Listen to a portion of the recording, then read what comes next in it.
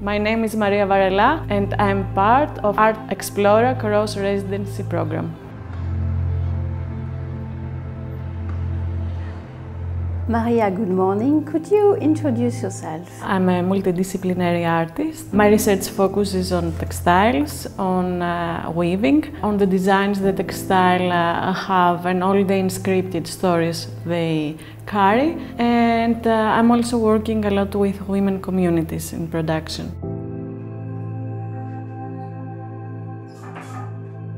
What is the link between your practice and the women community where we are? What have you learned here during the residency? I welcome you to Darna. Darna in Arabic means our house, and it is a social and cultural space working with women in need and providing classes on different subjects like sewing, cooking, weaving, and it's a space enforcing women to find a better living through literacy and skills, providing them with the tools and the skills to find better jobs and change their lives. Darna was my house during this residency. I found here my workshop space. Zora is the weaving teacher in the studio. With Zora here in the studio, I have been working to learn the lace technique, the one that is going to be forgotten very soon.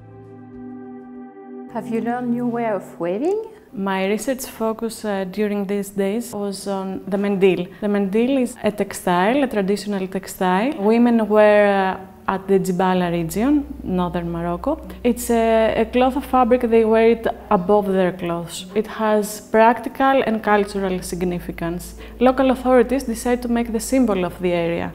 So the use of it has changed a lot. Because I come from Athens, Greece, it's a city suffering with over-tourism, so I couldn't help myself to see how tourism has changed the handicraft itself. Because tourism can help, the mendil becomes a souvenir. We can find it in all the shops, all the markets, they sell it everywhere. Because of the high demand, people focus on quantity rather than quality. And they need faster mass production of the touristic souvenirs. And that's what is happening also with the mendil itself. This mass production has also changed the design. This is a good example of how tourism changed the evolution of the craft and the artifact.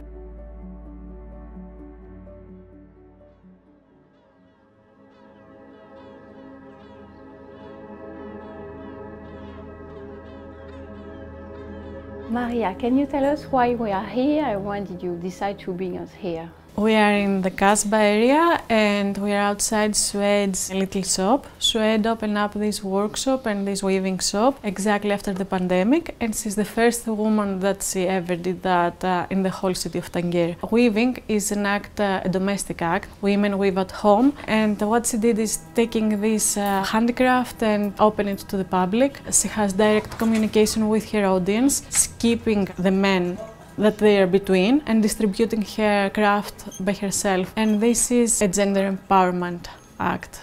And you like to work with women communities, so it was important to show a kind of feminist statement? Yeah, of course. I found here, like in the very first days of my visit, I keep thinking of how important it is for women to have this kind of visibility and how important it is for the weaver itself as an artisan to be shown and to communicate with the public. Plus, I think she acts as a role model for the rest of women in the city because she can show how she can work in a men's driven business.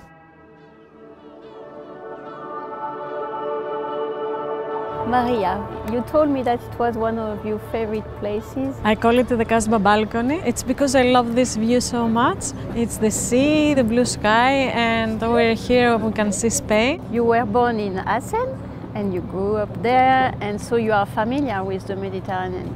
So what is different in the approach of the sea here in Tangier? The Mediterranean is always important because it's actually the route to connect people. Coming here every afternoon, it makes me think about the perception, different perception. While Greece is on the north right side of Mediterranean Sea, here we're at the south left part, so it's exactly at the opposite diagonal side. It makes me think of how I grew up in a culture that were always European-centered. I always thought of myself being in the south corner, while now I'm having a new perception of the Mediterranean Sea in the center and all the cultures evolving around the sea and exchanging ideas, perceptions. It's a different understanding of how things evolve. The way I see it now is like more as a path, while before for me it was a limit, it was a boundary, it was the end. I was part of the end of Europe, while now this is a whole new understanding.